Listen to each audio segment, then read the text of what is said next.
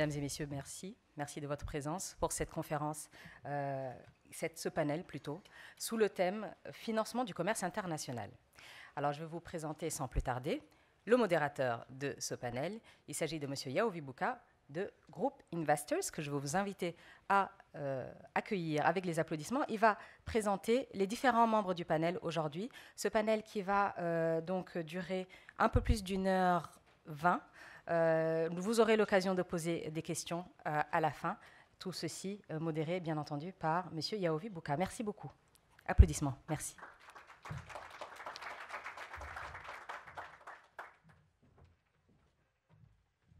tout cas, j'ai déjà un micro. Bonjour, mesdames et messieurs. Comme on vous l'a mentionné,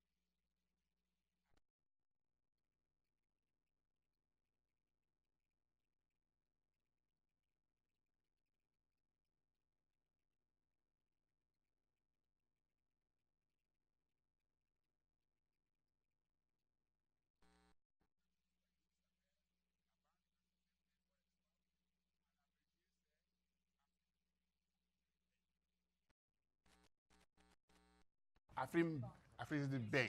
Voilà. Merci de m'aider dans la présentation. Plus loin, j'ai découvert tout à l'heure que c'est mon compatriote du Togo, et qui est aujourd'hui président de la Bourse régionale des valeurs mobilières en Côte d'Ivoire. Mais avant ça, il a occupé beaucoup d'autres fonctions qui touchent toute la question de la recherche du financement. Peut-être que tout à l'heure, il va répondre aux questions que je posais sur la question du financement. Comment ça se fait qu'il y a la mobilisation du capital d'un côté et puis manque d'argent de l'autre côté? Pour finir, à notre extrême gauche, M. Dido, qui est ici à Ottawa, qui a commencé sa carrière dans le domaine de la finance et de l'assurance. Il a même travaillé à la Banque Laurentienne et chez Desjardins avant d'être aujourd'hui à Export, ce qu'on appelle EDC. Il est aujourd'hui le directeur de la région Afrique pour EDC. Et ceux qui veulent faire de l'exportation, c'est monsieur qu'il faut respecter beaucoup parce qu'il va nous faire facile la tâche. Alors donc, maintenant on va rentrer dans le vif du sujet après avoir rigolé un peu. J'inviterai chacun d'entre eux à venir s'adresser à vous selon le format. Certains ont des présentations PowerPoint. Alors, peut-être 10 minutes, 10 à 15 minutes, puis après, on va passer à la période des questions. Alors, je nous souhaite une bonne session. J'inviterai peut-être en tout premier lieu, monsieur, if you want to begin our session. Okay, you can go or stay if you want. I don't know, is the mic working? Yes, you have.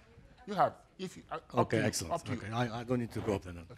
Okay, thank you very much for the introduction, and maybe let me remove that first. Sorry.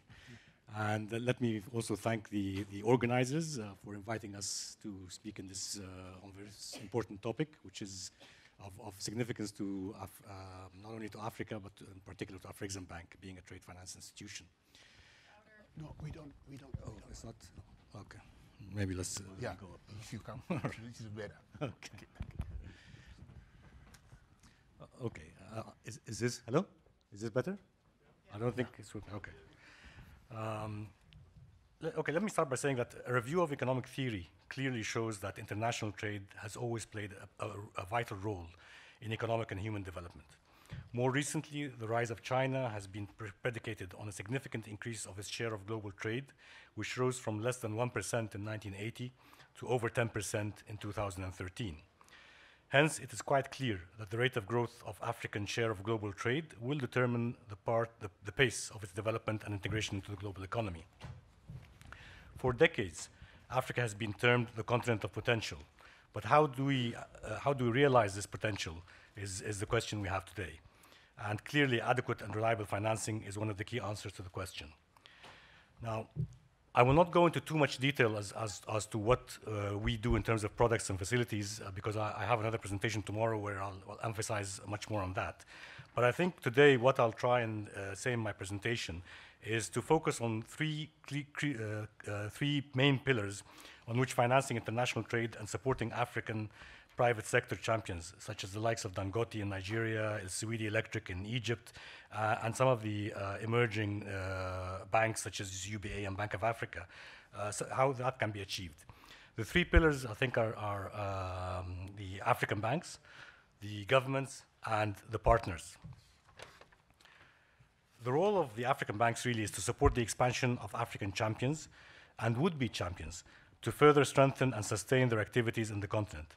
A vibrant and dynamic corporate private sector would in turn benefit African banks through generation of profitable business with reliable corporate partners that have the ability to set up bankable projects.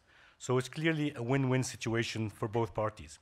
Through their entrepreneurship and various activities in Africa and the world, African champions have demonstrated their capacity to successfully lead major projects and to diversify their business across countries and industries. The impact of the activities of these champions on African economic and human development has been significant in recent years. The growing role of Chinese banks in Africa, however, is a clear indication for African banks that it's time to consolidate their activities and to increase their exposure, not only at the country level, but also at the regional level. In that context, the emergence of Pan-African banks such as Ecobank, UBA, Afriland First Bank, and the likes is signaling a new trend in which the development of large African corporates necessitates the presence of large regional and Pan-African financial institutions, relying on the principle that banks tend to follow their clients. These African banks are better positioned to understand the risks and business of African champions than non-African banks.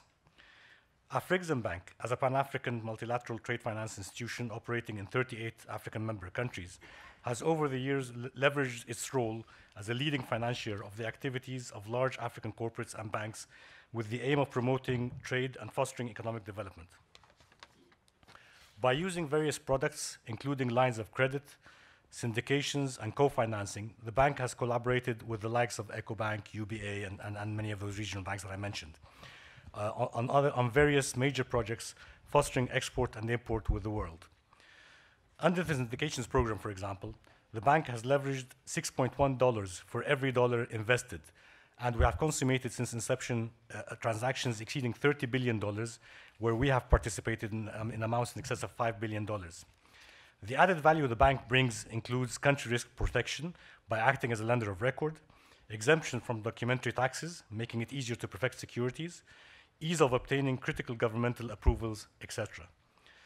Other leveraging programs we have done include the ECA Loans Facilitation Program, which is used to promote export manufacturing in Africa, where we partner with sister institutions created to deal with market failures such as ECAs and DFIs, with the former providing financing and guarantees for the importation of essential goods, while the DFIs provide term financing of essential projects. We have currently in excess of $1.1 billion of those lines, and we work with the likes of the ADB, of course, and EDC of Canada. Another mode of supporting African champions is the Export Development Program, where we provide credit, risk-bearing, twinning, market access, and advisory services, all geared towards creating non-commodity export. And here, let's underline non-commodity exports. Production targeted at exploiting bilateral and multilateral market access opportunities to Africa, such as the AGOA of the US and the ACP of the EU, and so on. Finally, by providing lines of credit to local banks for unlending to their exporting and importing clients, Afreximbank is able to reach out to numerous clients. That's the part of the banks. Now, moving to the government, clearly the governments have to provide an enabling environment for investment and trade to flourish.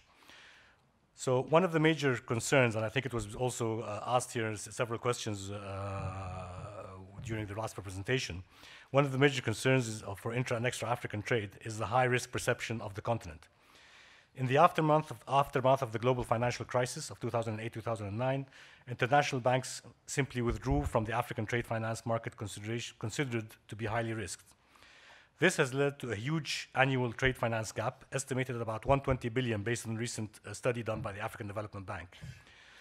Over the last few years, and partly due to the withdrawal of international banks from African trade finance, our own pipeline of applications has reached about 40 billion, while it was just about under 10 billion a few years back.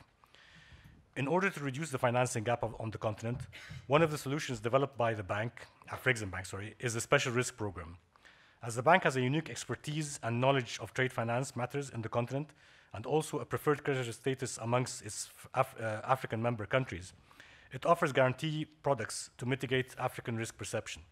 Two such guarantee products are the Country Risk Guarantee, which is aimed at making sovereign risk of African countries more acceptable to international banks by transferring part of this risk to Afrexim.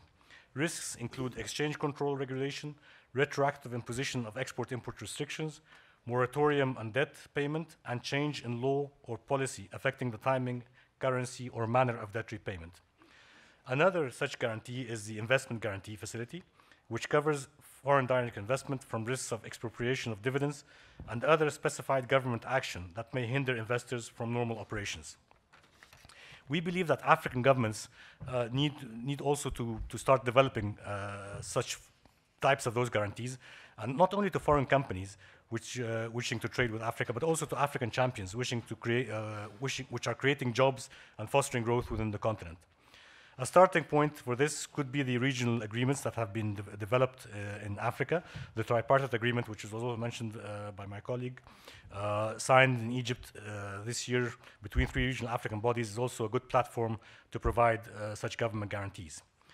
Now, finally, the third pillar is the partners of Africa.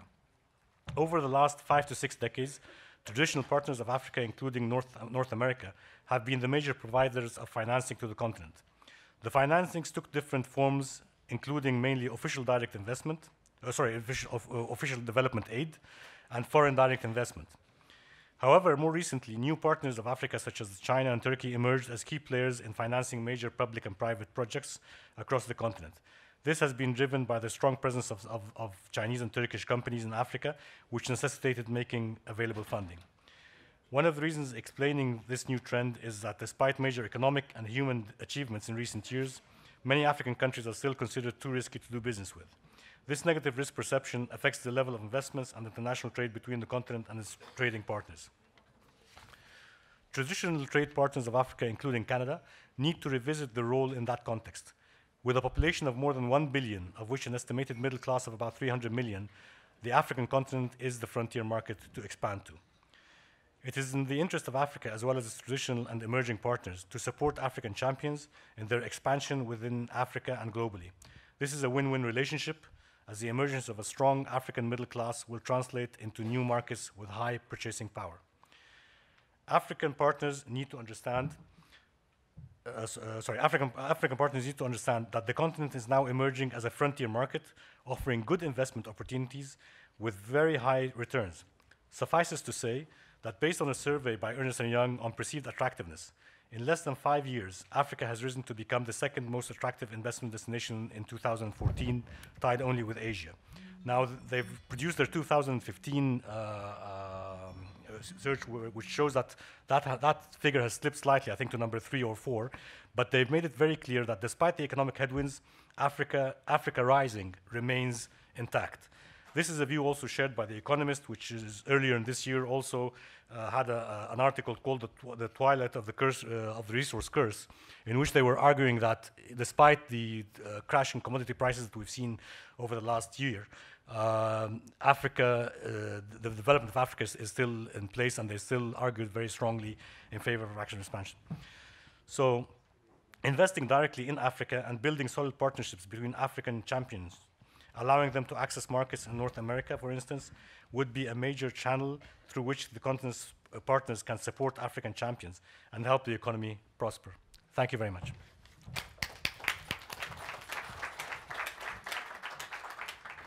Thank you, Mrs. Kamer. It is a challenge for you. Maintenant, nous invitons Madame Mokadem, c'est bien ça, à prendre la parole. Merci. Je vais me lever. C'est peut-être mieux, voilà. Merci.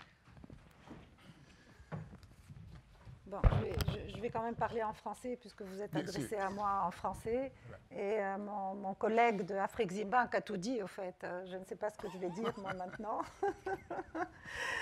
Non, mais je voulais dire que la Banque africaine de développement est un membre fondateur de Afreximbank. Au fait, il y a quelques années, c'est la BAD qui a lancé la création de Afreximbank, justement pour pouvoir avoir une entité, une institution forte qui puisse appuyer le financement du commerce en Afrique.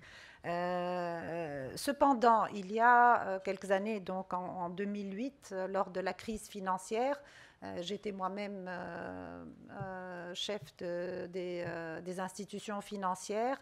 Et le président m'avait demandé, écoute, il y a un problème de liquidité, ça peut affecter, et ça affecte en ce moment justement le financement du commerce en Afrique, il faut trouver une solution. Que doit faire la BAD? Et donc on s'est réunis avec mon équipe, et c'est là qu'on a mis en place un plan d'urgence pour le financement du commerce. Parce que nous, la BAD, on finance à long terme, on finance les grands projets d'infrastructure, on garantit, mais on ne finance pas le court terme et le commerce. Donc c'était à Afreximbank notamment, et PTA Bank aussi, de financer le commerce. Mais il y avait une telle urgence qu'on est arrivé à mettre en place une structure d'urgence de 1 milliard de dollars pour donner des liquidités aux banques commerciales pour qu'elles puissent financer le commerce. Donc, c'était des liquidités sur 2 ans, 3 ans, très court, chose qu'on ne faisait pas. Et on s'est aperçu, donc, après quelques années, quand la crise financière commençait à s'estomper, qu'il y avait encore une demande par rapport à ce produit-là. Et malgré, donc, notre appui et notre actionnariat fort auprès de Afreximbank, on a continué et on a mis en place une initiative pour le financement du commerce. Donc là, j'ai une présentation qui présente un petit peu c'est quoi cette initiative. Et donc, il y a 3 produits différents. Un produit de garantie, mais le risque qu'on prend, c'est le risque sur les banques, c'est-à-dire qu'on garantit un portefeuille de letters of credit qui sont issued par les banques. Et donc, ça permet pour certains pays et certaines destinations de partager le risque avec la banque émettrice. Donc, il s'est avéré que ce produit-là est un produit qui est très demandé et qui a fait ses preuves. Le deuxième produit, c'est de donner des lignes de crédit en court terme aux banques commerciales, donc pour justement leur permettre d'avoir des liquidités en devises étrangères. Et le troisième, qu'on utilise un peu moins, c'est le soft commodity. Je ne vois pas très bien ici, mais ça, c'est le Risk Participation Agreement, Trade Finance Line of Credit. Ça, c'est le soft commodity où on donne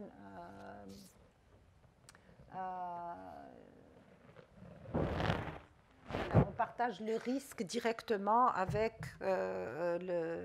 un exportateur de matières premières.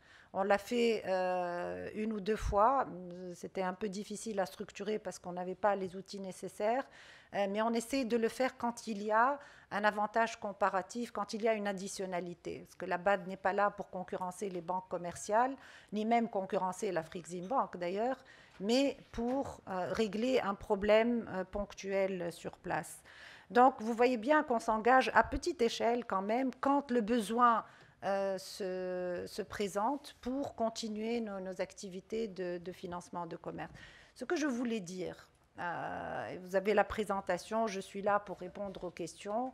Ce que je voulais dire, c'est qu'il y a un phénomène qui est très intéressant en Afrique, c'est que quand on regarde le commerce intra-africain, il n'est pas très élevé. Je crois qu'il représente en tout et pour tout, si on compte sur une année en moyenne, 11% de commerce intra-africain comparé à 70% si on prend l'Europe.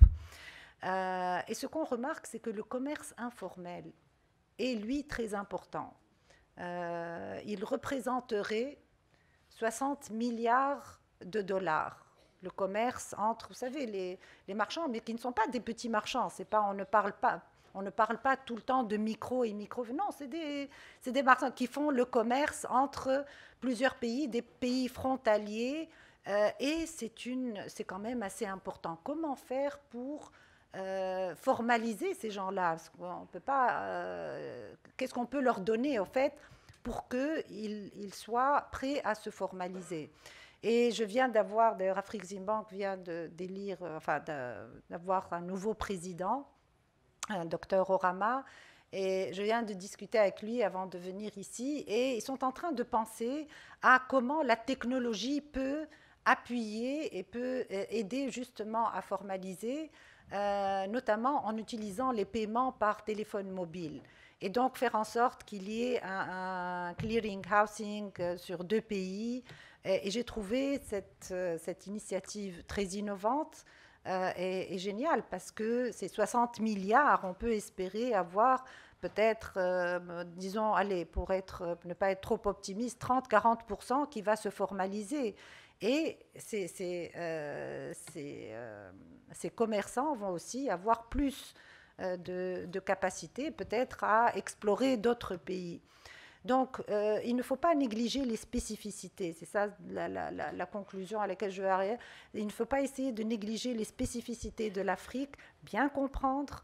Et c'est pour ça qu'à la Banque africaine de développement, on fait beaucoup d'études. On ne fait pas les études pour faire les études, mais pour comprendre et répondre aux besoins spécifiques. Et la technologie peut régler beaucoup de questions.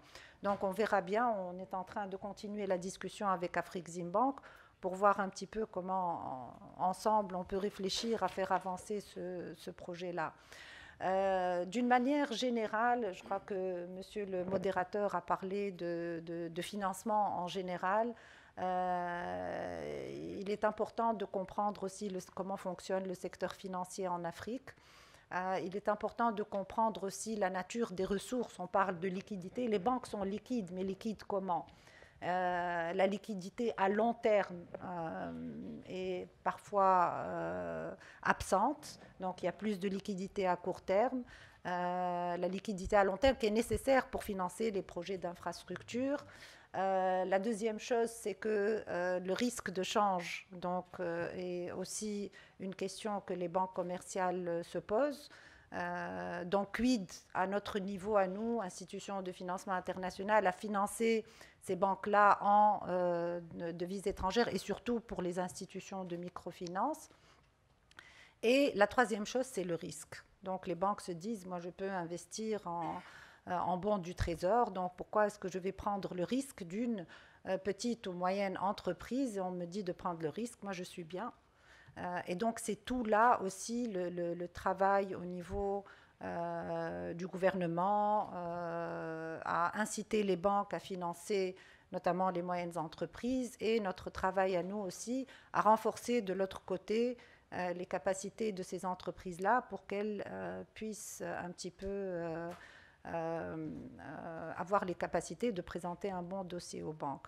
Alors, juste un dernier point qui est important par rapport à ça, et c'est un produit qui a été mis en place aussi il y a quelques années, donc au moment où on avait fait cette facilité de financement du commerce, c'est le produit garanti pour les PME. Et je pense que c'est un produit qui est extrêmement intéressant. D'ailleurs, pour les PME et les moyennes entreprises, c'est le leverage que ça donne. Nous avons mis en place ce produit-là pour que les banques, pour qu'on partage le risque avec les banques, et les banques peuvent donc financer les moyennes entreprises et les petites entreprises. Donc la question de financement en général est une question qui est extrêmement importante. Et qu'il faut donc par région ou par pays essayer de comprendre comment est-ce que les choses se font. Concernant les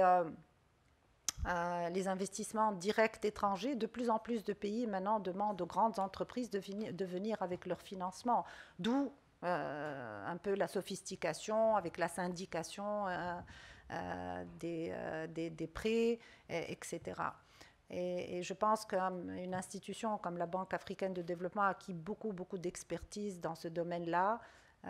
Et on a des équipes, et je sais de quoi je parle, parce que avant d'être nommée représentant, j'étais partie prenante de ce processus. On a une expertise quand même qui est assez forte, qui peut aider le secteur privé à justement faire de la syndication et mobiliser les ressources pour financer les projets. Voilà, merci beaucoup.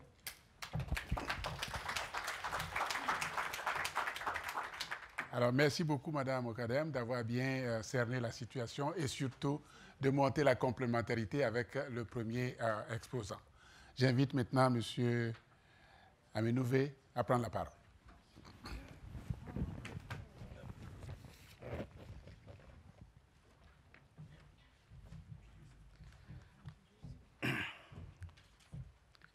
Merci.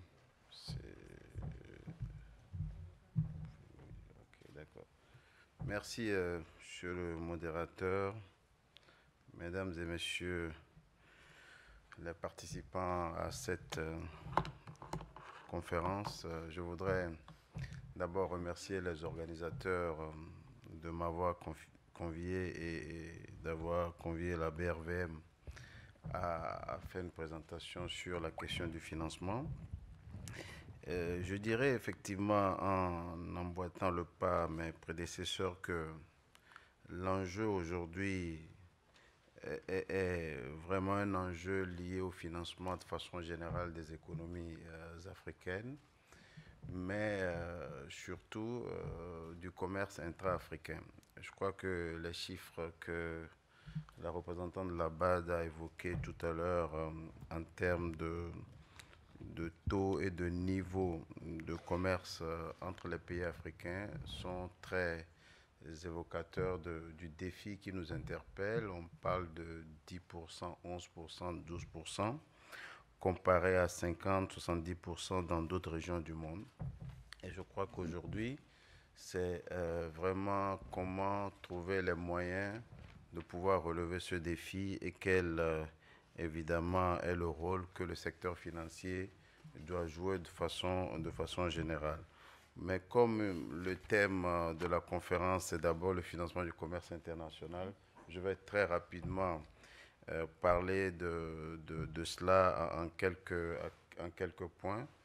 Je vais faire défiler. D'abord dire qu'évidemment ce commerce international est financé aussi bien par les instruments classiques et des instruments de plus en plus sophistiqués qui adressent des questions aussi bien de taux de change, de gestion de risque et autres.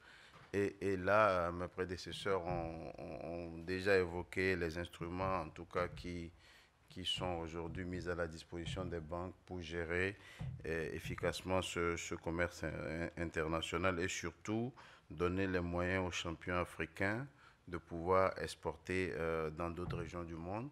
Et je crois que ça, c'est déjà quelque chose d'extrêmement important qu'il faut saluer. Évidemment, dans ce commerce international, les acteurs clés, c'est les banques. Et les banques africaines ont un rôle prépondérant et déterminant à jouer. Mais vous le savez très bien que la situation de nos banques présente quelques faiblesses qu'on a toujours l'habitude d'évoquer. D'abord, la taille des banques, qui est un frein plus ou moins à prendre en charge des opérations extrêmement importantes dans le financement du commerce international. Et je donne ici quelques indications sur la taille de nos banques comparée à la taille des banques au niveau mondial. Mais ce qu'on peut saluer, et c'est quand même un changement majeur qui s'est produit dans les 15-10 dernières années, c'est la consolidation de certaines banques et particulièrement l'émergence des banques panafricaines qui fait aujourd'hui que nos banques commencent par avoir une taille, que ce soit ETI, que ce soit le groupe UBA, la BGFI, Attijari et autres banques implantées sur le continent. Ces banques commencent par avoir la taille qui leur permettent de pouvoir gérer certaines opérations extrêmement importantes. Mais évidemment, les autres contraintes qu'on a l'habitude de regarder en termes de faibles taux d'intermédiation et de bancarisation sont encore là. Les chiffres sont en tout cas très illustratifs de la situation. 23% d'adultes en Afrique qui disposent d'un compte bancaire comparé à 41% dans d'autres pays en voie de développement. C'est vrai qu'aujourd'hui, là aussi, on a une chance que les nouvelles technologies de l'information et de la communication nous aident à améliorer la situation en termes de pénétration des services bancaires en Afrique. Et c'est quelque chose, des initiatives qu'il faut saluer. On a parlé également de taux d'épargne élevés, informels. Bon, ça c'est quand même à vérifier. Les chiffres sont toujours assez optimistes, mais je n'y crois pas trop. C'est vrai qu'il y a de l'argent évidemment qui soit à court terme au niveau des banques, mais je pense que le défi majeur, et les acteurs du système financier africain en sont suffisamment conscients, c'est de trouver les instruments les plus adaptés pour collecter cette épargne-là. Que ce soit les compagnies d'assurance, les banques, les marchés de capitaux, ce que nous essayons de faire, c'est vraiment de trouver les instruments les plus efficaces.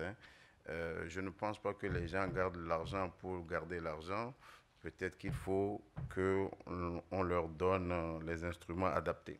Et ça, ces instruments-là doivent aussi tenir compte aussi bien de la culture, de l'état aussi d'avancement de nos économies.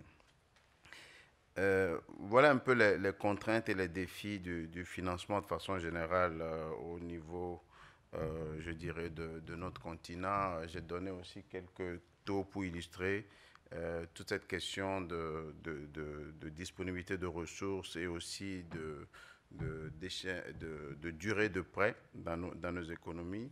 Cela aussi traduit bien évidemment les difficultés que notre secteur financier a aujourd'hui.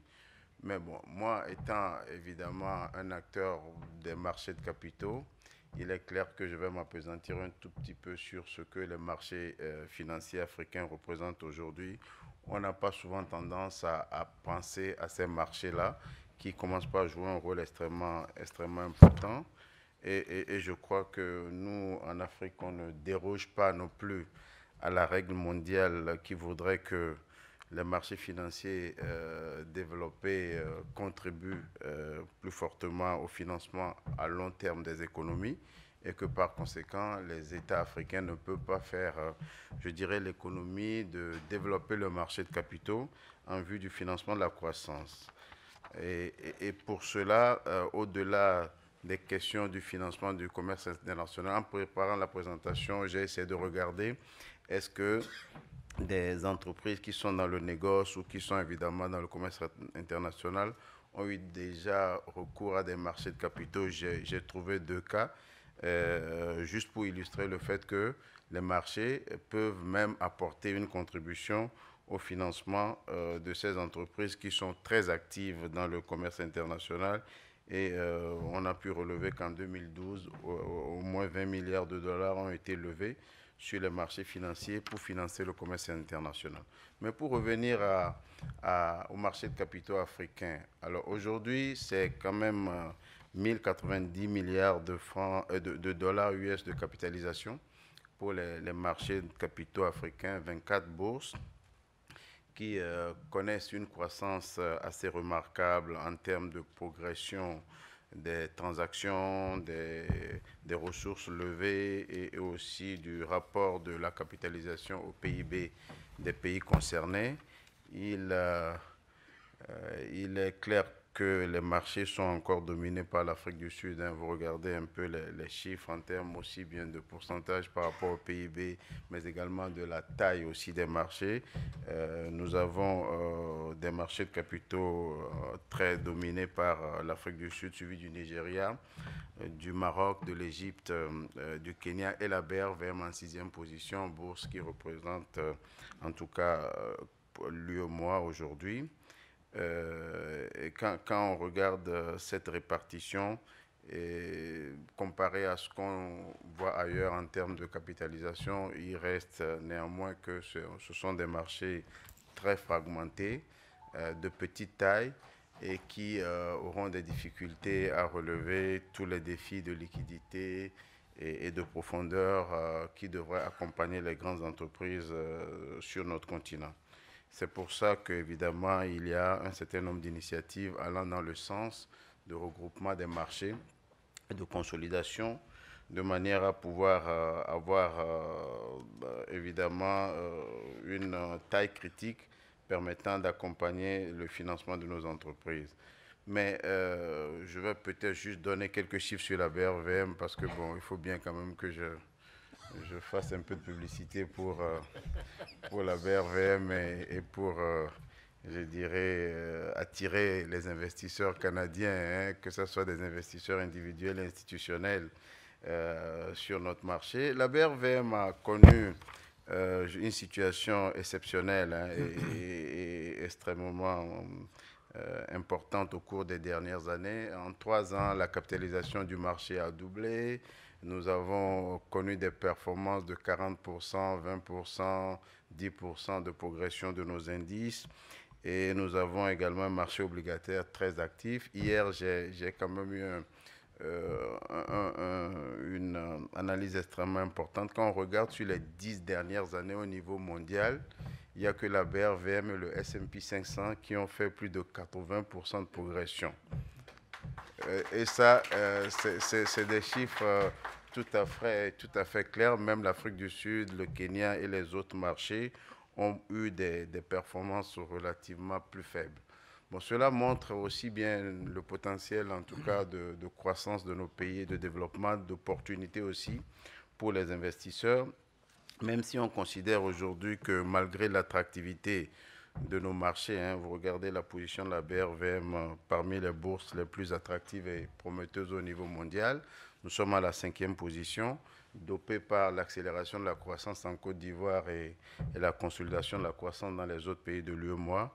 Mais il n'en demeure pas moins que nos marchés sont encore de petite taille, sont des marchés fragmentés, et que pour que nos marchés soient susceptibles d'apporter une contribution au financement du commerce international, au financement de façon générale, il faut que nous puissions aller vers une intégration beaucoup plus forte. Et j'aime bien cette carte de l'Afrique-là, qui présente l'Afrique sur le plan purement géographique. J'espère que ce n'est pas une carte qui est trafiquée, mais cela montre qu'à l'intérieur de l'Afrique, on peut regrouper à la fois la Chine, l'Inde, les États-Unis et toute l'Europe. Alors vous imaginez si on constitue un espace unique de commerce, avec une liberté totale de circulation des capitaux, des personnes et des activités commerciales, on serait à des niveaux extrêmement importants et la concurrence avec les autres régions du monde serait très active. On a tendance à dire que la Chine est plus performante que l'Afrique, mais la Chine, c'est un pays et l'Afrique, c'est une multitude de pays avec des restrictions de circulation et de fonctionnement. Ce qui fait qu'évidemment, oui, j'en ai pour 2 minutes encore, ce qui fait que la question, et pour moi, c'est aujourd'hui en tout cas mon cheval de bataille, c'est la question de l'intégration. Il faut que nous puissions accélérer nos chantiers d'intégration. Intégration économique d'abord, on a des avancées au sein de l'UEMOA, au sein de la CEDEAO, mais il faut aller très vite vers une intégration au niveau continental parce que c'est le seul moyen de pouvoir soutenir la concurrence mondiale. C'est le seul moyen pour l'Afrique de pouvoir offrir un espace économique extrêmement performant avec une taille critique suffisante pour pouvoir tenir, je dirais, la concurrence au niveau mondial. Je vous remercie.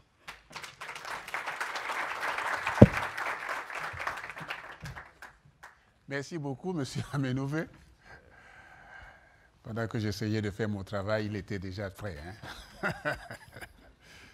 Alors, M. Dido.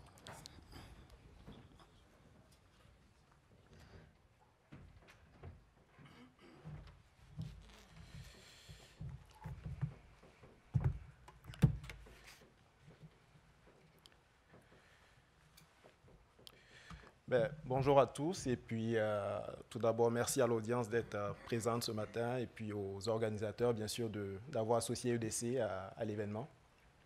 Très heureux d'être là et de partager un peu qu'est-ce que EDC est exactement et puis qu'est-ce qu'on fait par rapport au commerce international en Afrique de façon générale. Donc peut-être rapidement expliquer qu'est-ce que EDC est. EDC est l'organisme de crédit à l'exportation du Canada. Comme la plupart des pays de l'OCDE, ont une agence de crédit à l'exportation. Donc, il s'agit en général d'organisations quasi publiques qui ont comme actionnaire principal le gouvernement de leur pays et qui ont comme mandat principal d'être des intermédiaires entre les exportateurs des 10 pays et les marchés sur lesquels ces exportateurs ont l'intention d'être actifs. Donc, les modes d'intervention en général prennent la forme de financement, prennent la forme d'assurance et parfois de capital de risque ou de cautionnement également.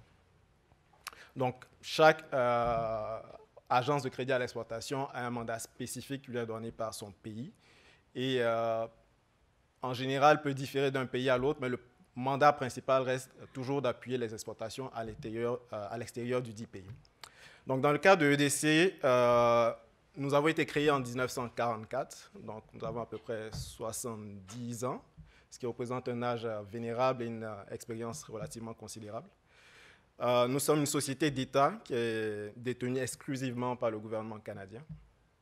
Ceci dit, nous sommes financièrement autonomes et opérons sur des principes de fonctionnement commerciaux. Qu'est-ce que cela veut dire de façon plus précise? Ça veut dire que nos services sont en général facturés et donc rémunérés par le paiement effectué par nos clients, donc que ce soit des exportateurs ou des acheteurs internationaux. Ça veut également dire que toutes nos dépenses d'exploitation sont en général couvertes par nos revenus. Donc nous ne recevons pas de financement de la part du gouvernement.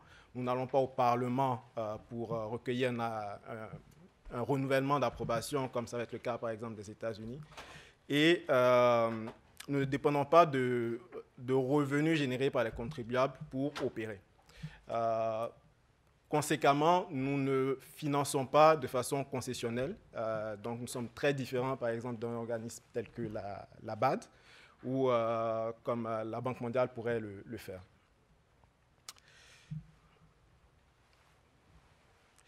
Donc, comme je le disais tantôt, le rôle principal, c'est essentiellement d'appuyer et de développer le commerce extérieur du Canada et de contribuer justement aux efforts commerciaux du pays à l'international. Donc, cela passe par les solutions que j'ai mentionnées tantôt et que je vais illustrer un peu plus en détail dans les slides suivantes. peut-être rapidement préciser quelques principes importants pour nous. La philosophie de d'EDC est un peu comme celle d'autres organisations multilatérales, sauf que nous ne sommes pas multilatéraux, de contribuer à un manque de capacité du marché. Donc, on va privilégier en général un partenariat soit avec des institutions multilatérales, soit avec des banques locales ou des banques internationales, donc actives sur les marchés où EDC est présente. L'autre élément fondamental et relativement important pour EDC va être en lien avec la responsabilité sociale des entreprises. Tout comme la Banque mondiale, tout comme la SFI, tout comme un certain nombre d'organisations multilatérales de financement, ce point est particulièrement important et va guider nos processus en interne et à l'externe sur toutes les contreparties avec lesquelles on fait affaire. Donc, qu'est-ce que ça amène en général comme impact pour notre clientèle? Ça va être essentiellement des éléments qui ont trait à des déclarations anticorruption qu'on va demander dans certaines situations à nos clients de signer. On va également avoir un examen environnemental relativement pointu, relativement poussé. On est signataire des principes de l'Équateur, donc nous sommes un prêteur responsable. On va également avoir à divulguer de l'information au public, en général le public canadien, pour les informer de tel ou tel financement qu'on a pu faire sur tel ou tel territoire ou dans quel secteur d'activité également. On va également avoir évalué dans certaines situations, je pense aux industries extractives, des impacts qui sont liés aux droits de la personne, aux droits humains.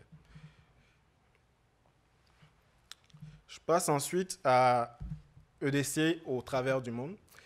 Nous avons à peu près 18 représentations de par le monde, donc en partant de l'Amérique latine ou l'Amérique du Sud jusqu'à la Chine. Récemment, nous n'étions pas présents en Afrique, ce qui vient d'être, le gap vient d'être comblé cette année avec l'ouverture de notre premier bureau à Johannesburg. Et le dernier bureau va être celui de Londres que nous ouvrons, qui va être relativement important pour l'Afrique dans le sens où la plupart des institutions de financement vont avoir leur siège en charge du marché africain basé à Londres. Donc ça va être une destination privilégiée pour EDC justement pour nouer des partenariats et pour avoir un impact un peu plus important sur le continent. Bien sûr, d'un point de vue domestique, nous avons la prétention de servir nos clients de façon assez proche. Donc, en partant de la côte ouest jusqu'à la côte est, nous avons des bureaux locaux, à peu près 17 bureaux, et qui sont destinés justement à servir la clientèle domestique des exportateurs vers les marchés à l'exportation. Peut-être rapidement également faire un point sur les PME. Un des reproches qui est souvent fait à EDC, c'est malheureusement qu'on a un biais très favorable vis-à-vis des grosses compagnies. Mais cela est peut-être lié au fait que la plupart des financements ou des contributions faites à ces compagnies sont relativement importants et donc sont plus visibles de façon naturelle. Mais rappelez qu'également 82% de notre clientèle est constituée de PME. C'est vrai qu'on va dire que PME pour nous, c'est à peu près 50 millions de chiffre d'affaires, de dollars. Mais à l'intérieur, vous avez des PME qui sont constituées de 5 personnes, qui ont des revenus relativement modestes, ou des PME qui sont, suivant certaines catégories, plutôt des moyennes entreprises. L'idée pour nous est de dire qu'on aimerait ou qu'on a la vision de supporter toute la chaîne ou le spectrum de compagnies qui ont vocation à être présentes sur les marchés à l'étranger. Donc cela se fait avec nos collègues qui ont des bureaux sur place et qui supportent justement ces différentes PME. Sur les différents produits et services de EDC, comme je le mentionnais tantôt, on a 4 catégories principales de produits et services. Le premier groupe va concerner tout ce qui va être financement et investissement. Peu de gens le savent, on fait également du capital de risque, donc il va être amené à supporter en général des secteurs de niche au Canada qui autrement n'auraient pas accès à du capital à long terme. Ça va être notamment le cas du secteur des clean tech ou des industries nouvelles de façon générale. Nous sommes également présents sur l'assurance. plus connu sur l'assurance court terme, donc assurer des recevables. C'est quelque chose qu'on fait de façon relativement importante. Et également être présent sur des assurances à plus long terme qui vont concerner en général des assurances de risque politique. Donc, je vais peut-être prendre le cas du partenariat ou de l'investissement de la Banque nationale sur la Côte d'Ivoire, donc avec le groupe NCA, qui va peut-être générer pour nous une implication dans le sens où on peut être amené à couvrir cet investissement effectué à l'extérieur du Canada.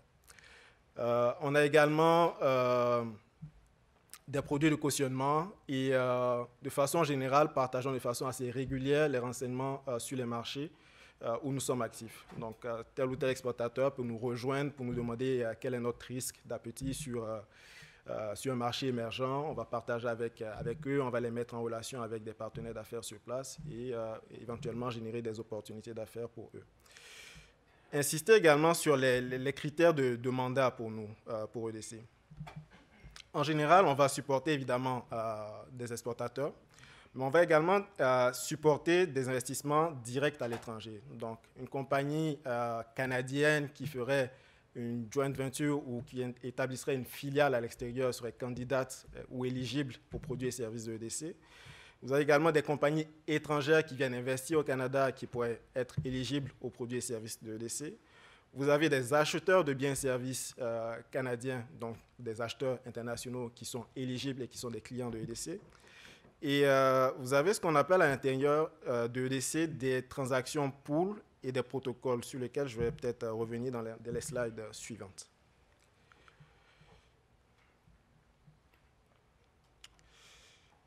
Si on prend le groupe de la catégorie de services ou de produits de financement et d'investissement, en général, il va s'agir de financement corporatif, donc à des entreprises relativement solvables, que ce soit des entreprises canadiennes ou des entreprises à l'international, pour l'acquisition ou en lien avec des contrats d'exploitation ou l'acquisition de biens et services canadiens. Donc cela va prendre en général le format de fonds directement déboursés à l'exportateur, mais un financement qui serait fait effectivement à des acheteurs internationaux.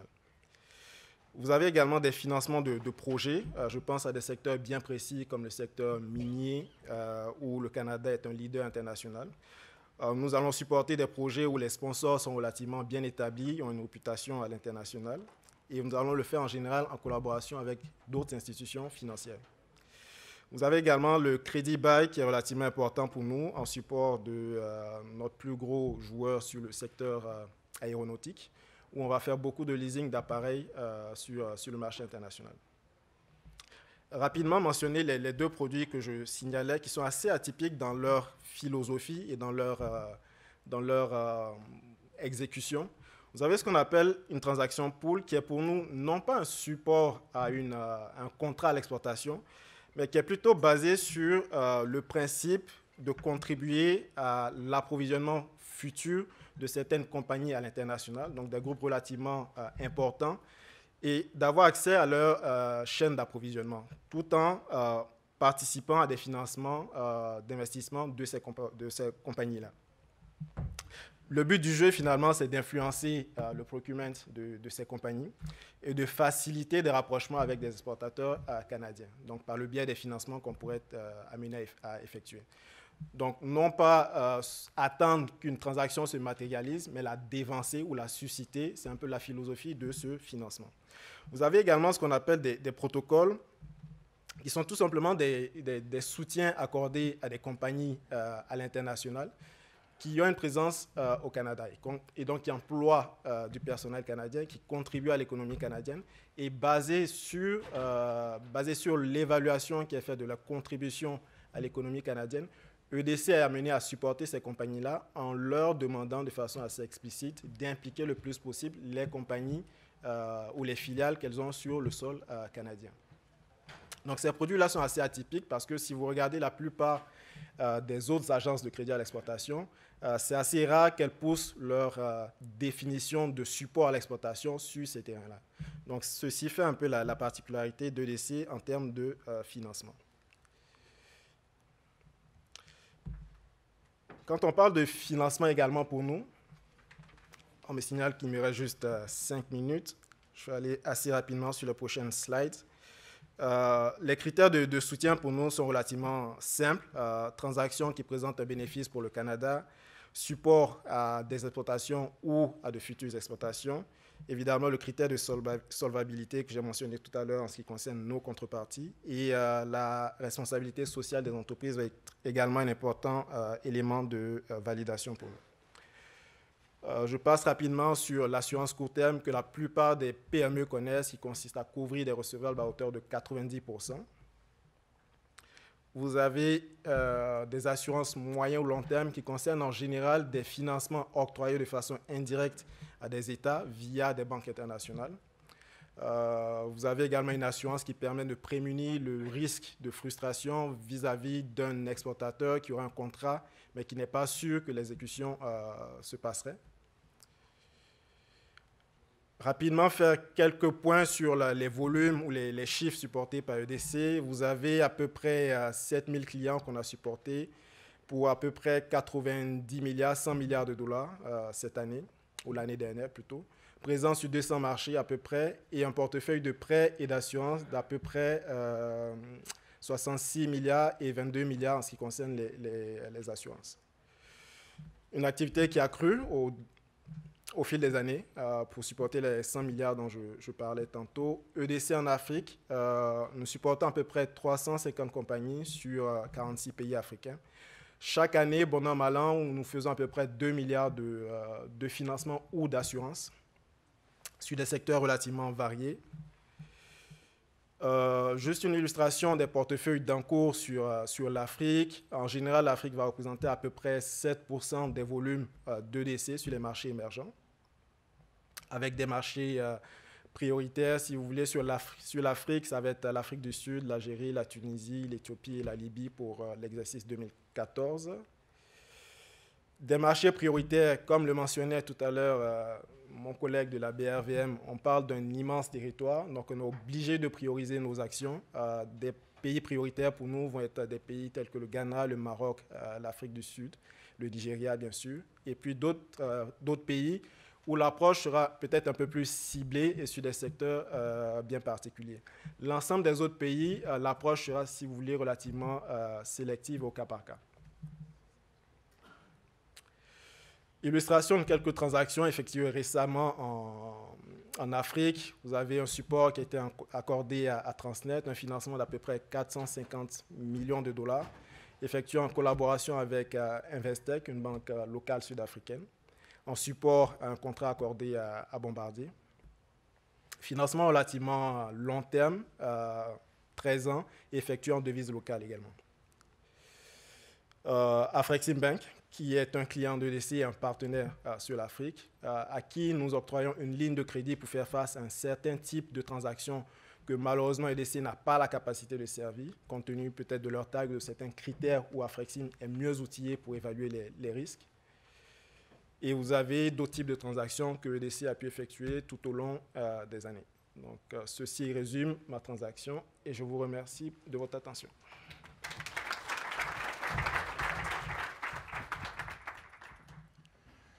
Alors, je remercie, merci beaucoup, nos présentateurs. Et il nous reste une quinzaine de minutes pour la période de questions et réponses. Pour lancer le bal, ceux qui ont participé à la mise en place du Conseil canadien pour l'Afrique, dont je vois certaines personnes ici présentes, pour élargir un peu le débat, c'est que pendant longtemps, on ne trouvait pas une seule banque privée canadienne qui accepterait d'accompagner les compagnies canadiennes en Afrique. Tout le monde avait tellement peur de l'Afrique à l'époque. Et donc, je dois souligner le travail courageux de la Banque nationale du Canada qui récemment s'est impliquée, et peut-être aussi la Banque Laurentienne, n'est-ce pas, mon ami qui vient d'arriver. Et donc, localement, je ne sais pas s'il y a des représentants d'autres banques ici qui vont se mêler à la question pour élargir et répondre à la question suivante. Après tout ce qu'on nous a dit, y a-t-il d'autres mécanismes qu'on peut apporter pour renforcer le financement du commerce international? Et donc, ce qu'on va faire, étant donné que le temps nous est compté, on prendrait peut-être 2 questions regroupées Et puis après, vous vous identifiez, vous dites à qui la question s'adresse, vous posez brièvement votre question, pas un exposé. Et puis après, on prendra aussi un autre groupe de 2 questions et on verra si, après les 15 minutes, on aura. Vous avez la parole. Bonjour, merci pour les très bonnes présentations. Mon nom est Ismaël Rissa, je suis en charge de la stratégie et du développement pour Pratt & Whitney Canada, une filiale de United Technologies. Pour ceux qui ne le savent pas, on est en œuvre dans le secteur de l'aéronautique, principalement la production de moteurs pour Airbus, Boeing et Bombardier en général. Donc ma question est la suivante. Vous nous avez présenté l'Afrique, la taille de l'Afrique. J'ai vu l'une des présentations qui montrait que, compte tenu de la surface de l'Afrique, c'est quand même un marché qui aura besoin de connectivité. Et j'ai aussi entendu des présentations qui parlaient d'être en mesure de créer des infrastructures. Est-ce que vous pensez que l'aéronautique ou les compagnies aériennes pourraient jouer un rôle de connexion ou de connectivité et pourraient œuvrer dans le développement des infrastructures et augmenter en fait, je dirais, le commerce intra-africain dont vous avez parlé, qui était de 11%, être en mesure de l'augmenter. Et j'aimerais savoir si, en tant qu'acteurs principaux du financement et du développement, vous avez entrevu la relation qui existe entre les grandes entreprises des mondes développés pour être capable d'aller développer et créer des joueurs ou des champions nationaux pour être capable de créer cette croissance et cette connectivité à l'intérieur du continent africain. Merci. Monsieur. Oui, bonjour. Mon nom, c'est Marc-Antoine Audet. Excusez-moi. Directeur et président de Sama Ressources. On est présent en Côte d'Ivoire. Je connais très bien M. Manouvé ici. Alors, la question est pour le BRVM. Ma question, c'est une comparaison avec ce qui se passe ici au Canada et en Australie, où les marchés boursiers ici ont un aspect qu'on appelle le venture. C'est la possibilité pour des entreprises d'exploration minière de se financer sans nécessairement être en production et avoir la possibilité de faire des activités d'exploration. Alors, c'est une caractéristique des marchés qui sont plutôt anglophones, si on peut les appeler comme ça. Hein, le marché canadien, l'Australie, c'est présent à Londres, c'est présent aussi en Chine sur les marchés de Hong Kong. Mais il n'y a aucun marché boursier francophone qui a cet outil de développement, qui est un outil fantastique de développement d'exploration au niveau minier et qui permet aux gens des pays concernés d'investir dans leur propre développement, dans leur propre pays.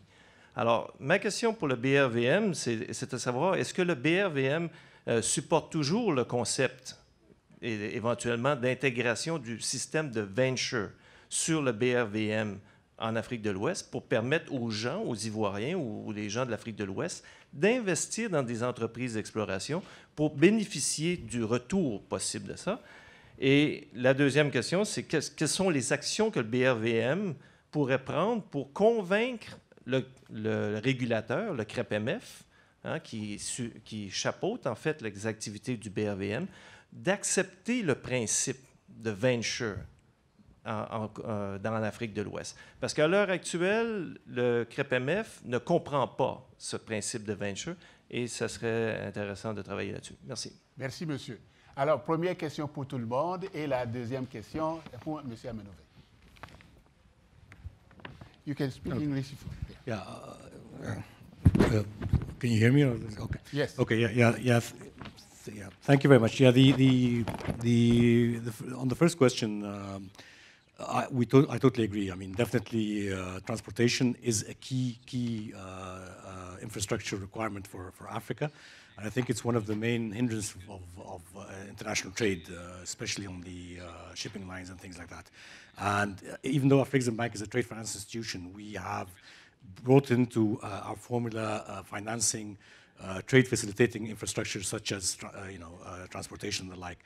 And we closed a major syndication, for example, for Kenya Airways last year. It was close to $2 billion, and it involved so many different partners.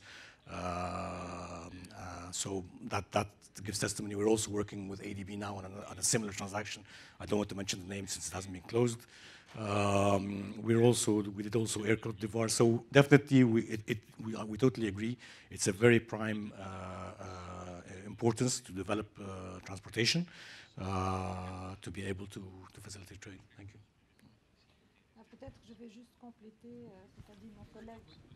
Ah, il marche, non? Allô? Comment je dois faire? Ça y est? Ça marche? Donc, compléter ce que mon collègue a dit, oui, effectivement, le secteur du transport aérien est extrêmement important, surtout pour les pays qui sont enclavés, mais aussi pour connecter les populations entre elles. Concernant la Banque africaine de développement, nous avons financé quelques projets, surtout liés à la réhabilitation ou à la construction de nouveaux aéroports.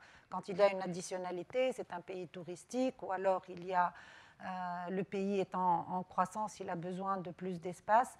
Le secteur aérien à proprement parler, c'est-à-dire les avions, on avait, je crois, 1 ou 2 transactions avec d'autres partenaires, mais on ne focalise pas. Ce n'est pas réellement un secteur de focus pour nous. Bon, mais nous pensons que le transport en général est important, mais quel transport? Pour favoriser, comme vous l'avez dit, le commerce entre les pays africains. Définitivement, le transport aérien est coûteux, donc il y a d'autres options qui sont en train d'être bien explorées pour faire avancer, comme le train, le rail. Il y a un très grand projet d'ailleurs au Kenya, donc j'en ai parlé dans mon introduction de ce matin. Le rail a fait développer un continent comme l'Europe. Comment le faire? Le faire en partenariat public-privé? Quelles sont les conditions? Est-ce qu'on a assez de recul et d'évaluation pour avancer? Tous les types de transport, le transport multimodal à un certain moment pour connecter l'aérien au rail.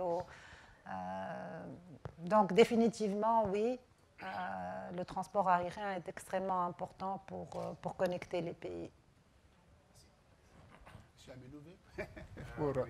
Pour les deux questions. Peut-être juste avant de répondre à la question spécifique qui m'a été adressée, sur les infrastructures de transport, je pense effectivement que c'est extrêmement important que ces infrastructures se développent sur notre continent. Surtout le transport aérien. C'est vrai que dans certaines zones, il est plus facile de faire une autoroute entre Abidjan et Lagos, mais peut-être pas si aisé de faire une autoroute entre Matadi et Lubumbashi. Quand vous regardez la RDC, par exemple, 80 millions d'habitants, 3 ou 4 fuseaux horaires, 4 heures entre Matadi et Lubumbashi, vous croyez bien qu'il est nécessaire qu'il y ait plus d'avions qui desservent toutes ces régions de la RDC. J'étais récemment justement à Kinshasa. J'ai été agréablement surpris des progrès extrêmement importants qui ont été faits et de voir le tableau d'affichage des vols internes en RDC. J'étais impressionné de voir que chaque heure, il y a un vol entre les régions de la RDC.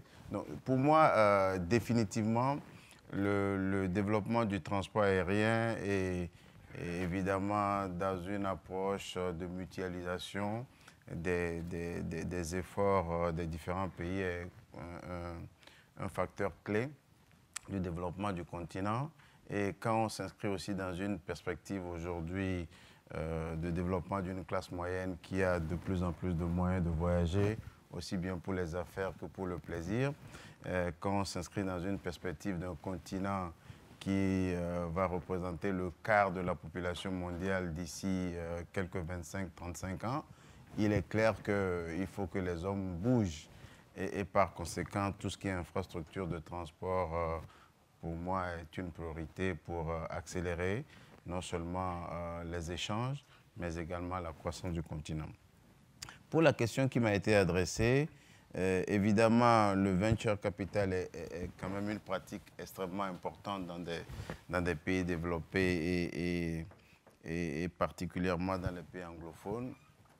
C'est vrai que dans les pays francophones, ce n'est pas une pratique habituelle, tout simplement parce que d'abord, nous, on a un secteur financier un peu moins actifs avec des instruments qui sont encore un peu trop traditionnels. On a beaucoup plus axé notre action sur tout ce qui est capital risque et private equity pour prendre en charge un peu l'accès au financement pour ces entreprises qui sont en création ou qui sont vraiment à la recherche d'un capital de démarrage. Mais pour la question spécifique des compagnies minières, ce n'est pas surprenant de voir que des pays francophones n'ont pas pris l'initiative de créer un marché de venture capital pour le financement des compagnies minières, parce que en dehors de l'Afrique du Sud, il n'y avait pas véritablement un engouement ou un cadre assez structuré de financement des compagnies minières. C'est maintenant qu'on voit, et particulièrement en Afrique de l'Ouest, vous savez que notre sous-région sur le continent, en tout cas la région UEMOA, entre la Côte d'Ivoire, le Mali, le Burkina et le Niger, nous avons un potentiel minier qui est extrêmement important. Nous avons commencé déjà, et ça on salue l'action de nos gouvernements, en termes de modernisation du cadre d'exploitation, notamment les codes miniers qui ont été mis à jour. Et M. Odé sait bien que nous sommes en train de réfléchir à aujourd'hui mettre en place un compartiment minier à la BRVM, parce que, évidemment, il faut un marché. Et tant qu'on n'avait pas la certitude que notre potentiel minier sera exploité dans des conditions tout à fait, je dirais, convenables, il était plus difficile de penser à créer des infrastructures de financement. Aujourd'hui, nous y sommes. Nous sommes en train de travailler sur la création d'un compartiment minier à la BRVM pour pouvoir justement prendre en charge le financement de ces compagnies qui sont dans des phases d'exploration. Donc, je pense que c'est un chantier extrêmement important. Nous n'allons pas réinventer la roue. On a le cas particulièrement de Toronto ici, qui est un leader quand même dans le domaine. Et nous nous sommes déjà rapprochés de la bourse de Toronto pour nous inspirer de l'expérience de cette bourse-là en matière de financement des compagnies minières. Voilà, merci. Nous aurions voulu prendre d'autres questions, mais dans une minute, le temps est écoulé. Alors, je veux prendre ce temps pour remercier nos 4 conférenciers de leur bref et la clarté de leurs interventions. Ceux qui ont d'autres questions, les conférenciers seront dans les différentes salles, vous pourrez les aborder. Je tiens à remercier Forum Africa pour la tenue de cet atelier sur le financement. Le nerf de la guerre, c'est le financement, donc ça, on ne peut pas tout régler aujourd'hui. Alors, je vous remercie tous d'être venus nous écouter et d'avoir participé de façon disciplinée à cet atelier. Et à mon nom personnel et au nom des organisateurs, je vous remercie et vous souhaite une bonne suite de forum. Merci.